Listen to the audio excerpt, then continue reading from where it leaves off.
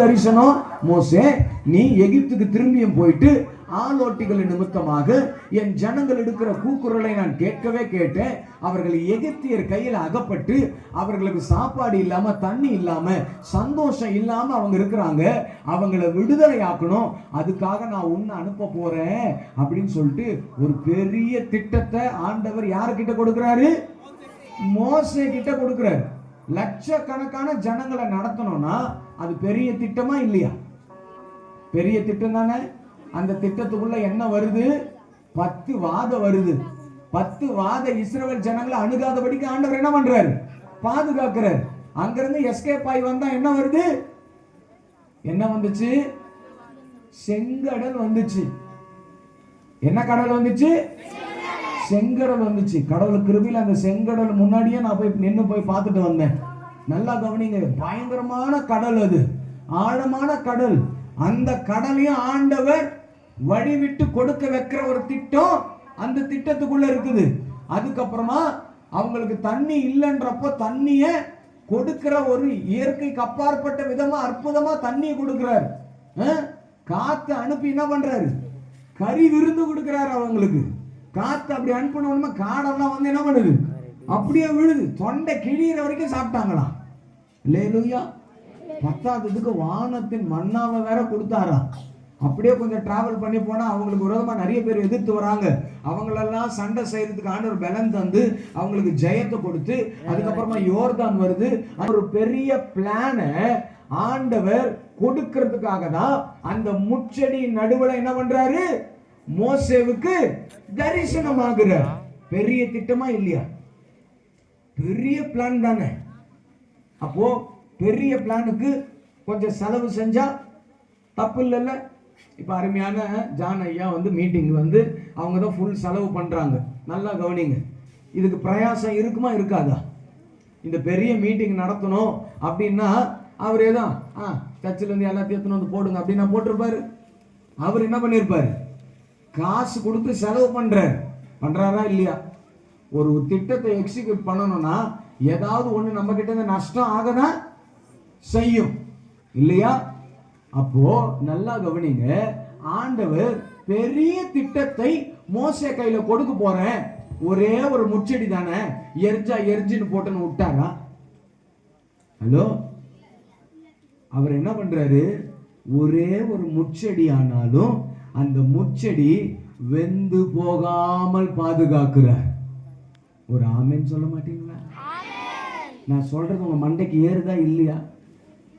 அல்லேலூயா. ஆண்டவர் பெரிய திட்டம் தானே, ஒரே ஒரு முச்செடி தானே, எரிஞ்சுக்கிட்டு போட்டுன்னு விடல. அந்த முச்செடிக்கும் ஒரு கனத்தை கொடுக்கிறார். அந்த முச்செடிக்கும் ஒரு மரியாதையை கொடுக்கிறார். நல்லா கவனிங்க, ஆண்டவர் அந்த முச்செடி கிட்ட மோசே வந்தோடனே என்ன தெரியுமா சொன்னாரு? மோசே, நீ நிக்கிற இடம் பரிசுத்தமா இருக்குது. உன் பாதரட்சை உன் ஸ்லிப்பரை என்ன பண்ணு? நீ கழட்டி போடு. இது சுத்தமான இடம். முச்செடிக்கு பக்கத்துல சுத்தமா இருக்குமாங்க? வெறுங்கால போய் நின்னா முள்ளு செடி பக்கத்துல உடஞ்ச முள்ளுலாம் இருக்கும். குத்துமா குத்தாதா?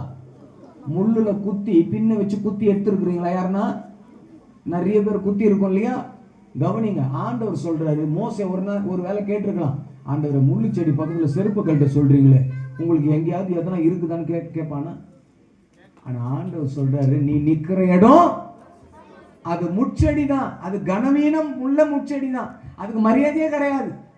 நல்லா கவனிங்க, முச்செடியை நீங்க போயிட்டு யாரெல்லாம் நீங்க போயிட்டு வேலை காத்தன் செடியை உடச்சு அடுப்புக்கு யூஸ் பண்ணிருக்கிறீங்க? கை தூக்குங்க பார்க்கலாம். அதுதான் இப்படிதான் என் வீட்லயே அதெல்லாம் இருந்ததுங்க. நானே எங்க அம்மா கூட போயிட்டு வேலி காத்தன் செடியெல்லாம் உடச்சி நானே அடுப்புல வச்சுக்கிறேன். இது மாரி அமைதியா இருக்கிற உங்களை தான் உடச்சி அடுப்புல வைக்கணும். அல்லேலூயா. நல்லா கவனிங்க. அப்போ நீங்க அந்த முள்ளு செடியை உடைக்கிறவங்க பூ மாதிரி போய் உடைப்பீங்களா? ஐயோ பாவம் முள்ளு செடி அப்படி யாருன்னா உடைப்பீங்களா? எப்படி பண்ணுவீங்க? செருப்பு வச்சு ஒரு நெரிச்சு ஏதோ ஒரு கட்டையோ கொம்பை வச்சிருந்தா உடைச்சி நீக்கி என்ன பண்ணுவீங்க? கத்தி வச்சு ஒரு வெட்டி அதுக்கு மரியாதை கொடுத்த மாதிரி பூச்செடியை மெல்லமா போய் கிள்ற மாதிரி கிள்ளுவோமா? இந்த முட்செடிக்கு மரியாதை அவ்வளவுதான்.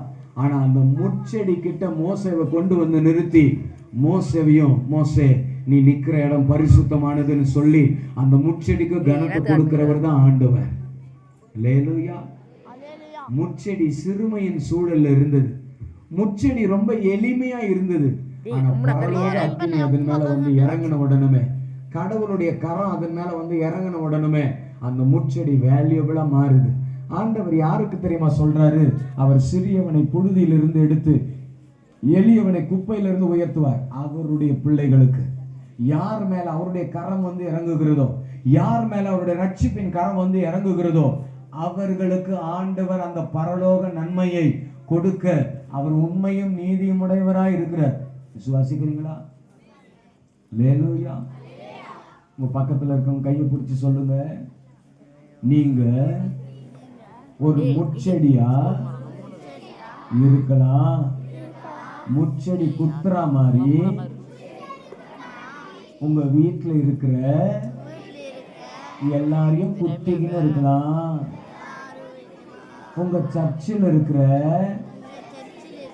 எல்லாரையும் குத்து குத்துன்னு குத்தின்னு இருக்கலாம். உங்க தெருவில் இருக்கிற உங்களை சிலாவலி சண்டை வலிக்கிற எல்லாரையும் குத்தின்னு இருக்கலாம். ஆனா இந்த முள்ளு செடியாகிய உன்னையும் என்னையும் ஏசப்பா தொடுவாருன்னா நான் ரொம்ப முக்கியமான ஆளா மாறிடுவேன். பிரபுக்களோட ராஜாக்களோடும் அமர செஞ்சிடுவார். அல்லேலூயா. நான் ஒரு காலத்துல முள்ளு செடி மாதிரி தாங்க இருந்தேன். எதுக்குமே பிரயோஜனம் இல்லாத, என் வீட்டுக்கு பிரயோஜனப்படாத, என் சர்ச்சுக்கு பிரயோஜனப்படாத, என் ஸ்கூலுக்கே பிரயோஜனப்படாத ஒரு முள்ளு செடி மாதிரி நான் இருந்தேன். ஆனா இன்னைக்கு இந்த முள்ளு செடியை தான் ஆண்டவர் வேல்யூபிளா மாத்தி இருக்கிறார். என் வார்த்தை நிறைய பேரை குத்துச்சு, என் பாவ வாழ்க்கை நிறைய பேரை குத்துச்சு, என் கோபம் நிறைய பேரை குத்துச்சு, என்னோட வறுமை நிறைய பேரை குத்துச்சு, என்னோட வருத்தம் நிறைய பேரை குத்துச்சு.